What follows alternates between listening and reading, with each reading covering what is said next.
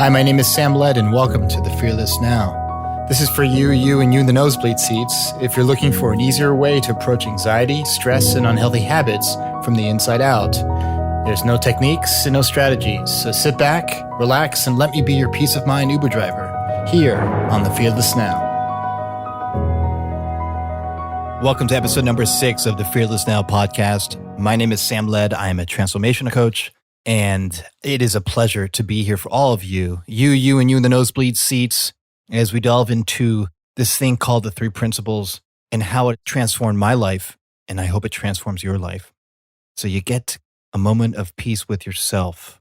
You drop out of all that heavy thinking about what you have to do tomorrow, of all the bills you have to pay, all the kids you have to get ready for school, and all the worries and stressors that you have, and you get to drop out into the present moment. And that's why this is for you in the nosebleed seats. And today, this morning, wherever you are in the world's topic is being okay, even when it does not look okay right now. And I was thinking, I love putting mixtapes together. Well, there's no such thing as an actual mixtape anymore. They're Spotify playlists. And I love making playlists for people. And if I could make a playlist for the pandemic, there's a song called Dry the Rain by Beta Band, and it's "You're gonna be all right, you're gonna be okay" is the coda, really, of the song. You're gonna be all right, and you're gonna be okay. And we're all okay.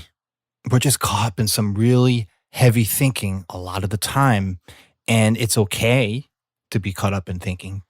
But thought and thinking is a gift from God, because without it, you wouldn't be here, neither would I. None of us would be.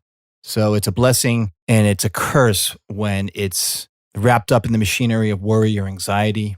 Your brain's just doing the best job it can to keep you safe. So it's creating all kinds of story, judgment, critique, blame, trying to figure it all out, giving you options in the moment. And I think that machinery for a lot of us is working overtime. It's been a long journey from March, and it's still going. We're talking about a second surge. And I think that once we see the nature and the mechanisms of our thinking, we see that we're not a train wreck. Even if we don't have any money, even if we are homeless, even if we are living in a mansion in Beverly Hills, being homeless isn't fun, right? Being homeless isn't the option that any of us would probably pick. But there are a lot of people that are living the outdoor life that have a lot of moments of happiness and smiling and are present. So you still can have no money and be present. And I'm not diminishing the fact that homelessness is a big problem, but people that are homeless still are happy sometimes, a lot of the time, when they drop out of their thinking about how difficult their situation is or how difficult their circumstances are. And that's the topic of tonight's podcast. We just wrapped it all up there. I think I can go now. I'm kidding. I wanted to share with you, since we're talking about being okay even when it doesn't look okay out there in your external world, about my experience of when I got divorced, when I was going through the throes of divorce 3.5 years ago. My partner, who I thought I was going to spend my rest of my years with, left me in early 2017. The way it happened was pretty dramatic. It was pretty uncomfortable, heartbreaking. This is before I was introduced to the principles. I saw moments of utter bliss in the moment, like we all do, but I didn't pay attention enough. I thought that I needed to be married by this age. I needed to have kids by this age. I needed to make my first $1 million by this age. I had a whole plan. And when that plan did not work out, and when the things that I wanted to happen in my life did not work out, and then at age 42, actually 43, a young 43, my now ex-wife just took off and left me alone in a small town with very little opportunity. Our lives. My thinking was the trapdoor just opened and I was swallowed up in the abyss of darkness. And I remember the second morning after she took off and left, I woke up in the middle of the night. I was staying at a friend's. It's a long story. I'm not going to get into why I was staying at a friend's. I woke up in sheer panic. A therapist could diagnose it and say, well, yeah, it's trauma and it's part of the grief process. But I had a panic attack, utter panic attack. I thought I was going to die. I couldn't breathe. My sheets were soaked with sweat. And the rest of that day, I could not function. And for the next couple of weeks, I was literally a zombie. I was just going throughout my day. I wasn't really interacting with people. I wasn't really talking to anybody. And my family and my friends were really worried about me. They thought that I was going to off myself. At the time, I wanted to end my life. I thought that, I fucked this one up. I fucked all my businesses. I fucked all my other relationships up. This is just one more indication that I can't get it together, that I'm doomed to a life of loneliness and of unhappiness and of poverty, financial distress. And that was going to define me. But that was all thinking. And then there were moments, I remember this, walking by myself on the beach. I could hear the seagulls in the distance and I could smell the salt air and I felt the water hitting my toes. I remember this like it was yesterday and I just felt tears rolling down my cheek. And I thought, well, those are tears of grief. Those are tears of sadness. But they were tears of contentment. I dropped out of that heavy thought turbulence and I was really present in the moment. I was Sam in the moment. I wasn't Sam about to get divorced. I wasn't Sam who was left by his partner. I wasn't Sam with major financial problems. I wasn't Sam alone. I was present. I was just Sam with this gorgeous scenery. And I started to get really grateful. I kind of understood what this all meant, the three principles. But I was pushing myself to think into the thinking that I was not good enough, not capable enough, not smart enough, not successful enough to get myself out of my own way after my ex-wife left me. And that was a hard pill to swallow.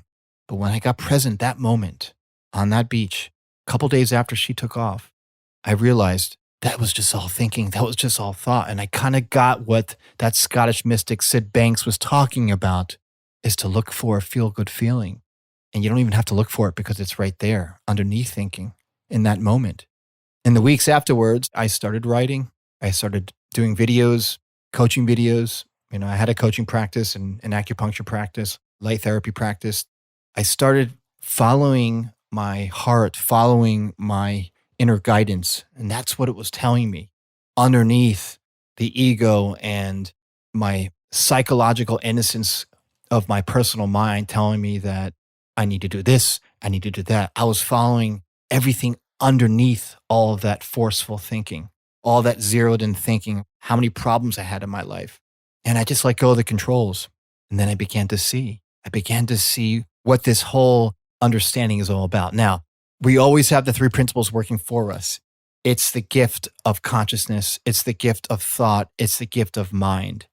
When you see that, when you get present in the moment, having a feel-good feeling in the moment, interacting with a friend or a coworker and laughing and just enjoying being in that moment, enjoying your life without having to force it, things open up for you. You relax into your life. This thing called happiness is in the quiet moments. It's in that space between thinking and thought, as Michael Neill says in his book, which I recommend all of you to get. It's what all the famous prophets, all the famous spiritual leaders, Buddha, pick your favorite superhero in spirituality and religion, whether it's Buddha or Jesus or Muhammad, Moses, they all speak the same thing. It's a different tongue, but they talk about that still power, those moments of complete quiet, and magical things happen in quiet. There's nothing to do. There's nothing to practice. Meditation's great, but we drop into it naturally. And that works in all areas, whether you're single and you're dating. Look for that feel-good feeling. Get really present in the moment. Have fun with whomever you're going on a date with. That goes with business, because we're all going to die. We're all going to die. So fuck it, right? So getting back to my story, I got off on a tangent there. I do that a lot. I blame it on the DSM's label called ADD. You know me. So in the weeks following my now ex-wife leaving me, family recommended I get EMDR, which is eye movement desensitization therapy, which helps with trauma. They were concerned, and I understand they were concerned. I was concerned because I still, even though I had that real moment of calm where I really saw Sam underneath all that chaotic thinking, I was still concerned. I still wasn't sleeping.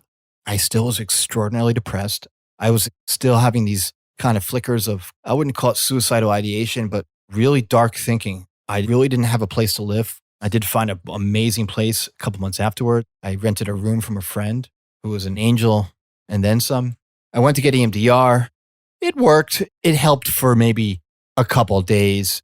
where it really calmed me down. The tough moments for me were late at night in bed, trying to get to sleep, and my mind was just going bonkers, caught up in a whole bunch of stories that don't even exist. My mind was taking cliff walks with no railing. It was going really dark.